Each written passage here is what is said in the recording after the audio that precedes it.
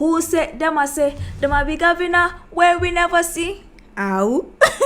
Welcome to the show. This is my name is Tilia Kenipa. This is Tibi the Talkative. I am dressed in this outfit. It was given to me by Dan Kwekuyewa. Dan Kwekuyewa was part of the people, in fact the LOC, those that were in front of the All African Games. And as usual, if you see me, you know that mine is creative art, entertainment, and then, the tourism side. That is where I roll. So yes, the All African Games has ended, but there was a touch of entertainment, music, dance. That's why I am here, and I am going to review Stonebwoy's performance at the closing ceremony. If you remember, there was an opening ceremony where we built various Ghanaian artists, South African artists, and other countries to come and show their love and support for the sports world. And then the closing ceremony also has Stonebwoy and Rayala. I will talk about Rayala's performance in another video, but this one is Stonebwoy's performance, and I must say Stonebwoy is the most litigious Ghanaian Ghanaian creative we've ever met. Stonebwoy has gone to do that dance that he did, that we said, Stonebwoy, please, stop, this dance is not good for your hands.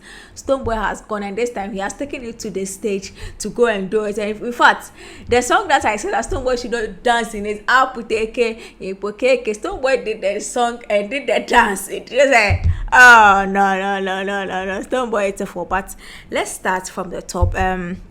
Of course, there were a lot of conversations around this particular performance because, as usual, if you know the entertainment terrain here, once Stonebwoy is up to do something, there's always going to be a comparison with who? With Shatta Wale, because Shatta Wale did it with the opening ceremony. There was a lot of conversation around this.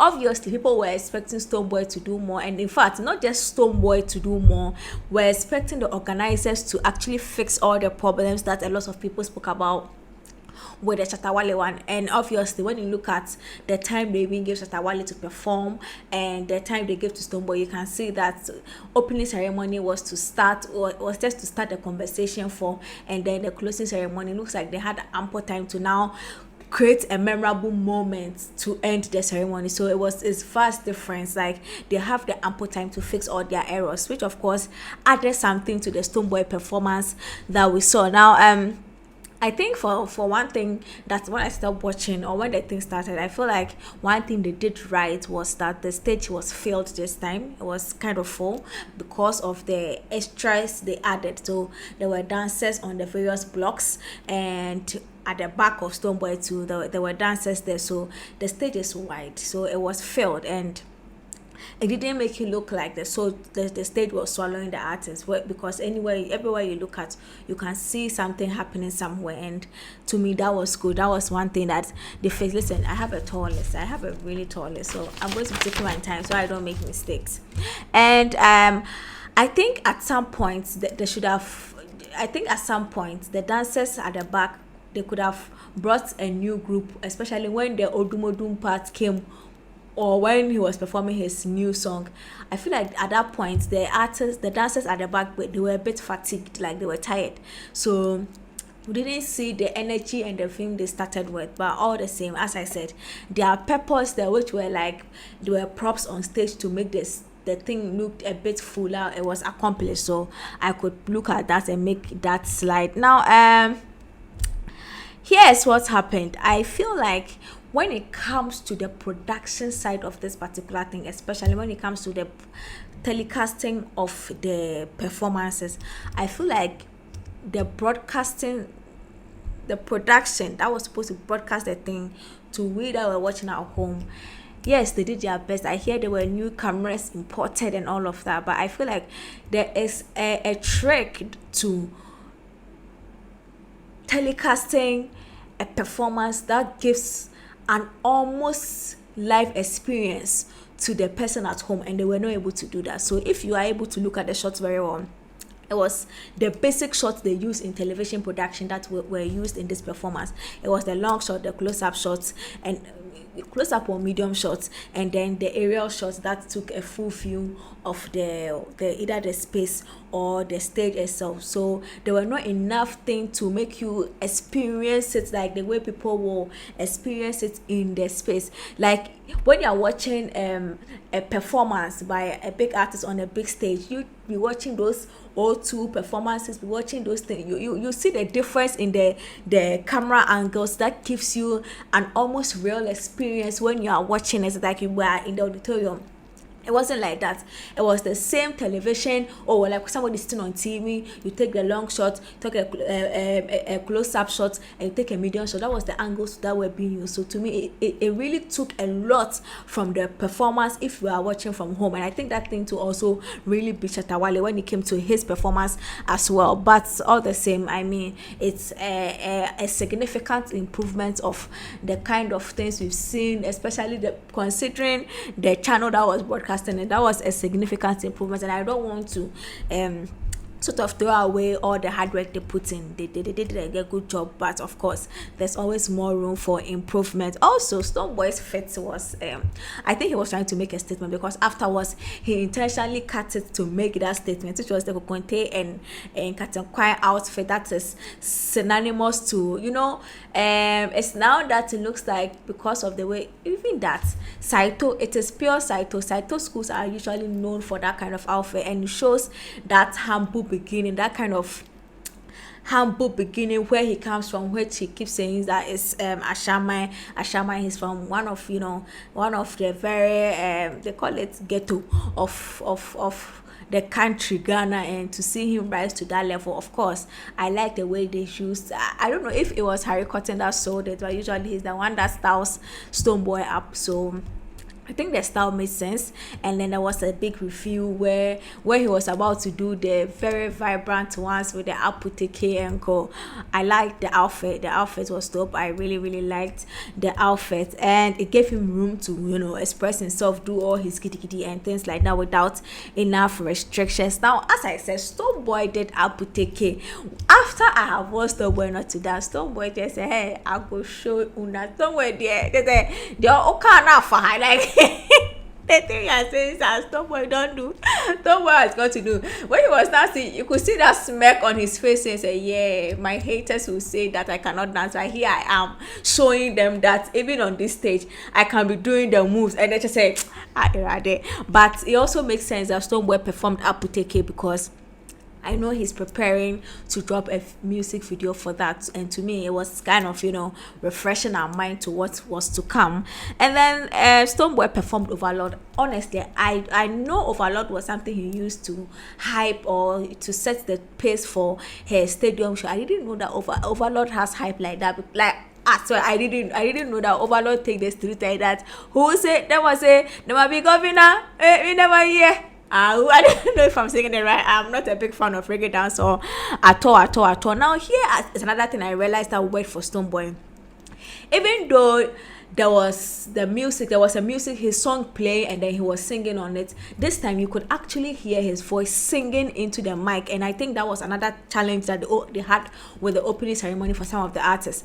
The sound was not coming, so even when the artist was performing, and especially with the technical issues, the lips were not synchronizing. But this one, you could hear it. And for those of you that have made it look like if an artist does not perform live band, the artist is not performing, see the beautiful performance Stonebwoy had without the live band. It is not every stage that demands a live band, and it is not every performance that needs a live band. And if an artist does not use a live band, it doesn't make them any less of an artist. In fact, there are so many types of performance that an artist must master, but every stage and every event demands different setup for every show. And it doesn't mean that if the artist does not do what you think is the right thing, it makes them less of an artist. It doesn't. It really doesn't. So that sound thing, that was a challenge. I think that thing was really fixed, and we that were at home, we could experience the voice and the texture. And I must say, Stonebwoy, aside being a litigious a musician, is I think Stonebwoy has reached a point where when it comes to his ability to perform and to sing, Stonebwoy's voice on the mic, I think Stonebwoy has reached that actualization. He knows who he is on the mic, and I feel like this time Stonebwoy just Stonebwoy too know like when it comes to his performance, you could feel that like Metro was say like I know who I am, like I know where I am, like I am who I am. I am who they say I am. Like I am the overlord. Like you know that kind of thing. Yeah. Like and the way he kept on saying that he's the dancehall king in the Afro dancehall king in the whole world. And I'm saying. In that whole Ghana, and then they will be so Ghana. They will say the whole world, Charlie. Yeah. And do my but I think Stonebwoy really understands who he is when it comes to his vocal abilities, and that was the kind of exhibition to me I saw over there. Now let's move to the second phase of Stonebwoy's performance. Stonebwoy performed, and he performed. I think I hear it's a one of an unreleased project with Odumodu Black. Listen. I'm not going to mince my words. Odumodu Black, to me, I feel like he's hype over the actual work, which is the talent itself. As a rapper, I feel like he's not there yet. Like he's really not there. But there is this mysterious hype and mysterious acceptance around him, especially where he's from, Nigeria. And Stonebwoy, before he brought Odumodu on stage, he said that Ghana is the center of the world and Ghana is the gateway to Africa. So Africa is one people, so don't let them segregate you. And I think this is the message Stonebwoy was preaching with. In fact, it coincides with the message he was preaching with the CNN African Unite, where he said was going to unite the black diaspora and all of it. And the thing he said from the Bob Marley perspective, where he's trying to speak about Africa and how the song influences that kind of thing. And when he went on the Rolling Cocoa interview, there was this interview where he was wearing this cardigan when he was talking about the segregation. I feel like that has been Stonebwoy's message for some time now, ever since I think I paid attention to that thing when he went on the Breakfast Club. That conversation has been something he has been pioneering. When he met Wyclef too, he had that conversation, and to me it was no surprise that Stonebwoy did not bring a Ghanaian artist but brought a Nigerian artist. He's trying to portray that we are all one as Africans, and to me it was a good choice.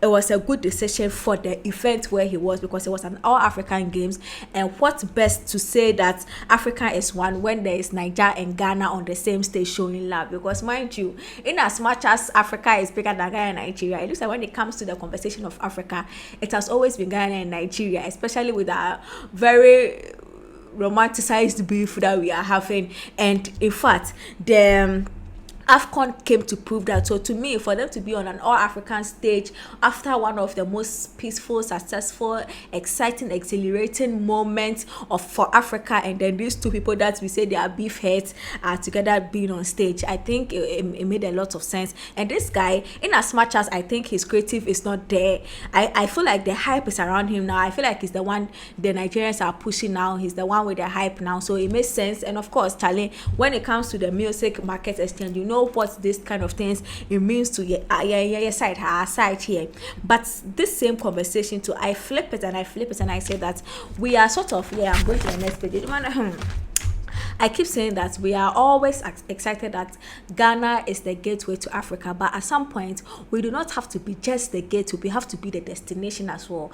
Else Ghana becomes the place where people come to discover the rest of Africa. They come discover what is next. It's like we are always doing the introduction and then we never really get the benefits of getting people passing through our gates. So instead of us always be comfortable, in as much as we are preaching no segregation and all, instead of us being too comfortable as the gate where you come, no, let us not just be the gate. Let people also come and experience and take our culture away, and not necessarily always coming to Ghana to come and experience other cultures, which was why to me I felt like in as much as brotherhood and that kind of thing, it also felt painful, because to me when I was watching that thing and I saw Stonebwoy brought Odumodu, I was really living the whole global citizen Asha moment with the Nigerian artist being introduced by Asha, where Jesus, I don't die, Jesus. But all the same, I understood the purpose of why he was brought on stage. As I said, I've said it in the first part, I really understood it. It was an all-African thing. and it made sense that it was, but I feel like it also pains me that it was Odumodum Black. It could have been anybody by that guy, because I feel like he's too much hype. The creative side, they like that, and that is something they don't want to hear. You don't cry back, pay. We are there, Rebecca. My free. Also, listen, I think that when it comes to, but also touching on the fact that talent, we have to the reason of talent, exchange. I feel like Ghana, and a reason why we should also be careful when it comes to how we do. I feel like the Nigerian artists, the new ones, the young ones, most of them or some of them have found their leg into Ghana because all on the back of some of our big artists. Let me give a typical example. Oxlade got his leg in Ghana with Sarkodie. Same for